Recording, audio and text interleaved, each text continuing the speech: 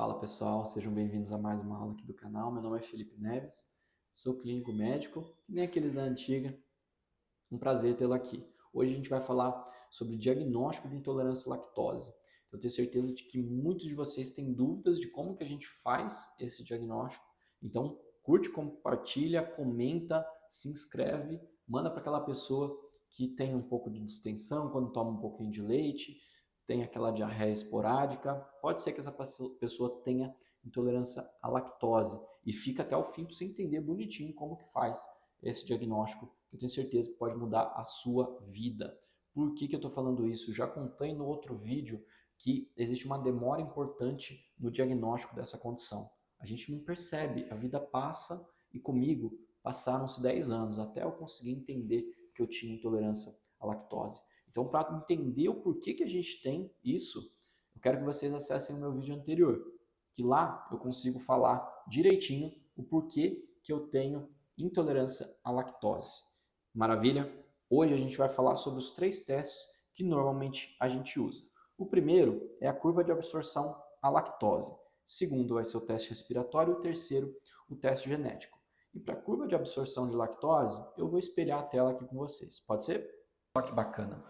Esse aqui é um exame de curva de absorção de lactose.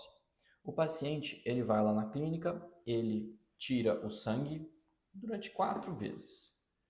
A primeira vez é a glicose basal, certo? É essa primeira aqui. E aí, o que acontece? Ele vai, depois disso, tomar uma quantidade grande de lactose, beleza? E depois de 30 minutos ele vai fazer mais um exame de sangue, 60 minutos depois, 90 minutos depois. Por quê? Eu quero ver como que o corpo dele aproveita essa lactose. Lembrando lá do outro vídeo, aquele paciente, ele vai tomar um trem cheio de vagões, e esses vagões são o carboidrato, a lactose. Como o paciente possivelmente ele não tem a lactase, ele não vai conseguir quebrar. Então, quando o paciente ele não consegue quebrar aquele trem gigantesco, o nosso intestino não consegue absorver. Então, como não absorve, ele passa direto no intestino do paciente. Como passa direto, não absorve e por isso o açúcar do sangue do paciente acaba não aumentando. Então, eu quero que vocês notem aqui que esse paciente ele tem intolerância à lactose. Ele não conseguiu quebrar o trem em pequenos vagões. Ó, ele aumentou 7 pontos apenas, depois ele caiu para 89, depois ele caiu para 88. Vocês veem aqui que o normal é elevar a glicemia em 20. Ele só aumentou 7. Ou seja, ele não tem a enzima para quebrar essa lactose, esse trem que eu tinha falado lá no outro vídeo. Beleza? Então essa é uma das formas que a gente faz. Outra forma é a seguinte, é o teste respiratório de hidrogênio, certo? Em que, de novo, o paciente também toma a lactose e aí, se você tiver aquelas bactérias dentro do seu corpo que acabam degradando, ou seja, mastigando um carboidrato, ou seja, aquele trem ainda grande que o seu corpo não conseguiu picotar, a quantidade de gases sobe. Lembra? A bactéria come quando o carboidrato está grande ainda, quando a gente não tem a lactase, certo? Então, o que acontece? A quantidade de hidrogênio que a gente produz, que você assopra nesse aparelhinho, é alta. Faz sentido? Por quê? As bactérias elas comeram, aumentaram a quantidade de hidrogênio e você foi lá e assoprou e realmente veio aumentado. Beleza? Então eu vou tirar o compartilhamento da tela aqui. Tem também o teste genético. Qual que é a ideia?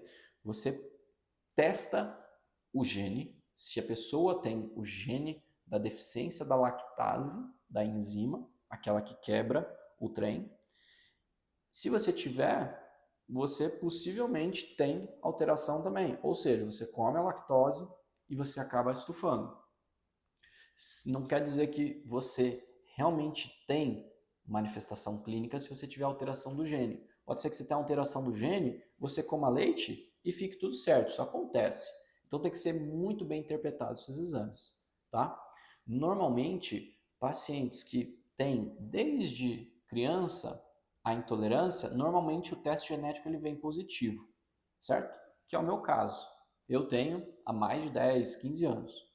Tem alguns pacientes que eles desenvolvem o que a gente chama de intolerância à lactose secundária, ou seja, tiveram uma infecção por alguma bactéria, uma gastroenterocolite, e depois disso ficaram intolerantes.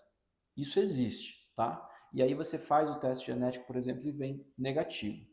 Então, a conduta para ambos vai ser igual, vai ser suspender a lactose e usar lactase, certo? Só que esse paciente que não tem o gene, provavelmente ele vai ficar intolerante para sempre. Pode ser que os pacientes que desenvolveram depois de um quadro de diarreia, eles melhorem. Isso acontece, tá? Então existe essa distinção entre as causas. Maravilha? Lembra sempre, esses testes eles devem ser interpretados por um profissional qualificado. Não é para sair fazendo aí e inventando moda. Tudo bem? Quero que você compartilhe, curta, se inscreva no canal para eu chegar com essa informação para mais pessoas. Foi um prazer tê-lo aqui.